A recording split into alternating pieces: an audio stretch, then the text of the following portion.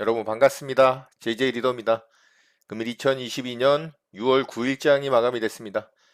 자, 오늘 우리 시장 그래도 양봉으로 21선을 좀 지켜주면서 마감이 됐고요. 선물 옵션 만기일이었음에도 불구하고 뭐 그렇게 큰 변동성 없이 무난하게 좀 마감이 되는 장이었습니다. 자, 양봉으로 만들어지면서 코스피, 코스닥 양시장 모두 21선을 좀 지켜줬는데요. 장중에는 코스피는 마이너스까지 좀 갔었고, 이 동시호가의 기관들의 매수세가 갑자기 들어오면서 양봉으로 좀 전환을 시켜주는 모습입니다. 그런데 뭐 그렇게 좋은 시장은 아니었고요. 굉장히 또 힘들고 지루하고 재미없는 시장이었습니다. 계속해서 시장의 주도주급, 테마의 대장주급의 어떤 화려하고 좀 강한 종목들의 출현은 전혀 없고요. 정말 재탕을 해먹는 종목들 그리고 새로운 뉴스나 재료가 발생을 하더라도 강하게 상한가를 말아올리지 못하고 오히려 아래쪽으로 빠지면서 윗골이다는 그런 흐름들이 많기 때문에 굉장히 재미없는 시장입니다. 시장이 급락을 하더라도 그런 강한 종목들의 출현은 어느 정도 있는 편인데 최근 시장은 오히려 하락을 하는 시장만도 못한 종목들의 흐름이라 굉장히 좀 매매하기가 어려운 시장이지 않나 싶고요. 자, 미국 시장 같은 경우도 전 세계의 경제 성장 둔화 우려가 계속되고 있는 이슈로 인해서 또 인플레이션 우려감에 의해서 다우와 나스닥이 좀 하락을 했고요. 이 전 세계 성장률 전망치가 4.5%대에서 한 3%대까지 하향 조정이 되면서 경제 둔화 우려에 대한 부분이 계속 좀 부각이 되고 있는 상황입니다. 그런 부분 때문에도 시장이 좀 지지부진한 이유이기도 하겠죠. 자, 바로 오늘 시장 특징주 살펴보고 우리 시장 좀 보도록 하겠습니다. 저는 오늘 세 종목 좀 대응을 해봤는데요. 로보티즈부터 좀 보도록 할게요. 자, 로봇 관련주들이 오늘 로보티즈가 좀 강하게 움직이면서 조금씩 상승을 했는데요. 그나마 이 종목이 이제 아침에 분봉상 거래를 실으면서 강하게 슈팅이 좀 나왔습니다. 그런데 일봉상의 위치가 워낙 좋지 않은 위치다 보니까 뭐 강하게 치고 나가지는 못하는 모습이었죠. 그래서 저도 짧게 좀 대응을 해봤고요. 자, 슈팅 이후에 이렇게 첫 번째 눌림자리 줄 때 여기서 제가 아래쪽에다 좀 매수를 하려고 매수대기를 해놨는데 여기서는 체결이 아쉽게 좀 안 됐고요. 다시 이제 고점 뚫고서 상승이 한 차례 더 나왔죠. 그래서 여기서 이제 떨어질 때 여기서 매수를 했어요. 눌림목에서. 그래서 반등이 잘 나왔고 반등 나오는 구간에서 빠르게 이제 분할로 수익 챙기고 마무리했습니다. 자, 이렇게 해서 이제 로보티즈 매매는 좀 마쳤고요. 자, 매매한 내역 좀 보도록 하겠습니다. 자, 여기 첫 번째 눌림 자리에서 아쉽게 체결이 안 돼서 여기가 좀 아쉬웠던 부분인데 다행히 다시 전고점 돌파 이후 눌림 줄 때 여기서 매수가 잘 되고 반등 나올 때 이렇게 이제 수익 챙기고 마무리했습니다. 자, 이렇게 해서 로보티즈 매매는 마쳤고요. 자, 두 번째 종목으로 아미노로직스 매매를 좀 했는데요. 자, 아미도로직스는 앞에서도 계속 좀 상승이 나왔던 종목이에요. 이렇게 전고점 뚫고 한 차례 또 상승 나오고 여기서도 전고점 뚫고 상승 나오고. 근데 이 종목의 특징이 윗꼬리를 다는 거죠. 그래서 오늘도 윗꼬리 달릴 거라고 또 예상을 했고요. 여지없이 강하게 슈팅 이후에 이렇게 윗꼬리가 달리는 모습이 나왔고 아래쪽으로 깊게 빠지길래 제가 여기 이제 음봉 요 시가 자리죠. 예, 여기다가 붙여서 매수를 했어요. 돌파된 고점 자리이기도 하고 여기서 거래가 실리면서 상승 VI 이후에 갭을 띄웠다가 이렇게 매물을 맞은 자리입니다. 자, 이런 자리는 굉장히 의미가 또 있습니다. 그래서 지지저항 라인 역할을 또 잘 하고 역시나 지지를 잘 해주고 반등이 나와줬고요. 저는 여기서 매수를 해서 이렇게 반등 나올 때 빠르게 수익 챙기고 마무리를 했습니다. 자, 아미노로직스 매매한 내역 좀 보도록 하겠습니다. 자, 여기 상승 VI 이후에 갭 띄우고 이렇게 상승 나왔다가 바로 이제 매물 맞고서 떨어졌던 자리죠. 그 자리에 붙여서 매수를 했고요. 매수 이후에 반등이 잘 나와서 빠르게 수익 챙기고 마무리했습니다. 자, 이렇게 해서 아미노로직스 매매도 좀 마쳤고요. 자, 마지막 종목으로 캠시스 매매를 좀 했는데요. 자, 이 종목이 오늘 굉장히 또 아쉬운 종목이에요. 이 종목이 매수 이후에 뭐 수익도 발생을 했다가 약간 손실도 난다가 하긴 했는데 결국에는 이제 손절을 좀 했습니다. 제가 끝까지 좀 버텼거든요. 자, 이 종목이 오늘 아래쪽에서 만들어진 이 기나긴 박스 구간을 돌파를 하는 자리였습니다. 자, 이런 자리는 사실 상한가를 좀 들어가는 게 좋습니다. 물론 이제 이 위에 매물대가 있긴 했지만 오늘 거래대금도 역대급으로 터지는 날이었거든요. 그렇기 때문에 저는 상한가를 좀 기대를 했어요. 자, 이 종목이 오늘 이슈가 좀 있었고요. 삼성전기의 테슬라 이 카메라 모듈 수주 이슈로 인해서 관련주로 좀 부각이 됐습니다.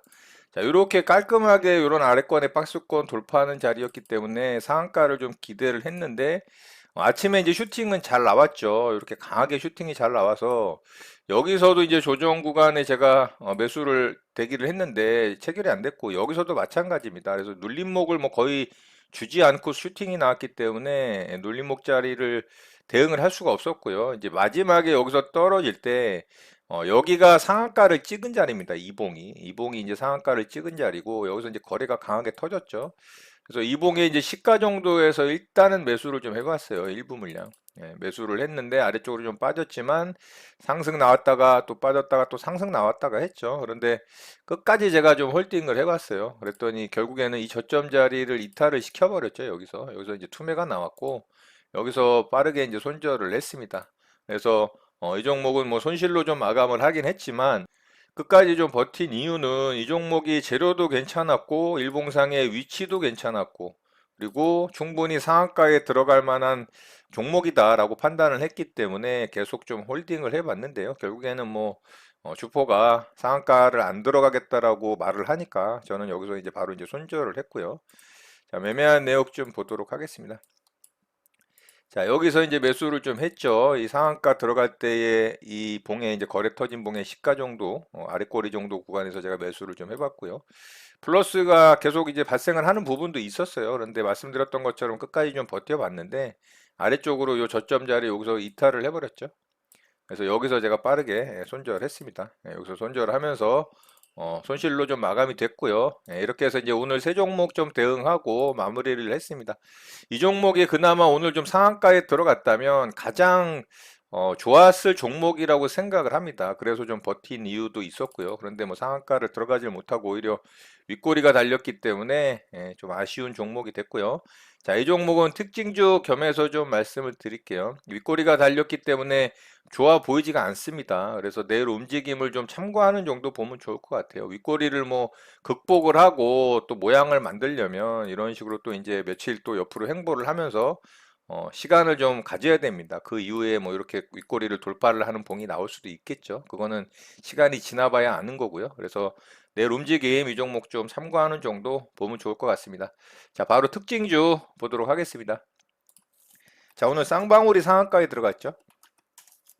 자, 쌍방울이 다시 쌍용차 인수 이슈를 발생을 시키면서 아래쪽에서 상한가에 좀 들어가는 모습인데요. 좋아 보이지 않습니다. 여기서도 한 차례 이제 아래권에서 상한가 나오고 그 다음날 좀 슈팅이 나오면서 상승이 나오긴 했지만 그 다음에 쭉 빠졌죠. 이번 구간도 그런 모습이 만들어질 가능성이 좀 높다라고 생각을 해요. 내일 좀 변동성을 가져가면서 상승이 나올 수도 있고 뭐 윗꼬리를 달면서 마감이 될 수도 있겠지만 결국에는 뭐 여기서 위로 치고 가기는 어렵다라고 봅니다. 이미 노출된 재료고 계속해서 재탕으로 울거먹는 그런 뉴스거리이기 때문에 신선함이 없잖아요. 이미 그 신선함은 여기서 발생을 하면서 슈팅이 나왔던 구간이 있었기 때문에 여기서는 좀 설거지 파동이라고 봐야 됩니다. 그래서 이 종목 내일 움직임 좀 살펴보는 정도 보면 좋을 것 같고요. 자, 이등주인 광림도 상한가에 좀 들어갔죠. 자, 광림도 분봉상 이제 장 막판에 상한가에 좀 들어갔습니다. 뭐 두 개 다 상한가에 들어가는 모습은 나쁘지 않은데 이게 일봉상의 위치가 정고점을 뚫고 가는 자리라든가 뭐 박스권을 뚫고 가는 자리 그런 자리였다면 굉장히 좋았겠죠. 그런데 말씀드렸던 것처럼 이미 여기서 그 이슈로 강하게 슈팅이 나오고 해먹을 만큼 해먹은 자리가 있었기 때문에 이 자리는 별로 좋지 않다 이렇게 보시면 될 것 같아요. 그래서 광림도 쌍방울과 더불어 참고하는 정도 보면 좋을 것 같습니다. 자, HLB 테라퓨틱스 좀 보도록 하겠습니다.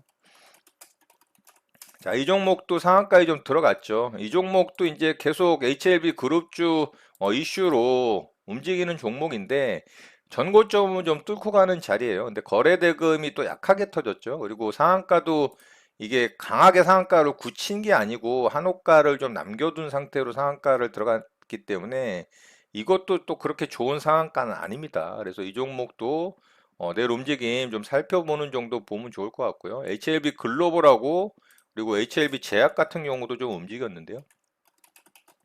자, 이 종목들은 뭐 전고점을 뚫고 가는 자리도 아니고 좀 안 좋아 보이죠?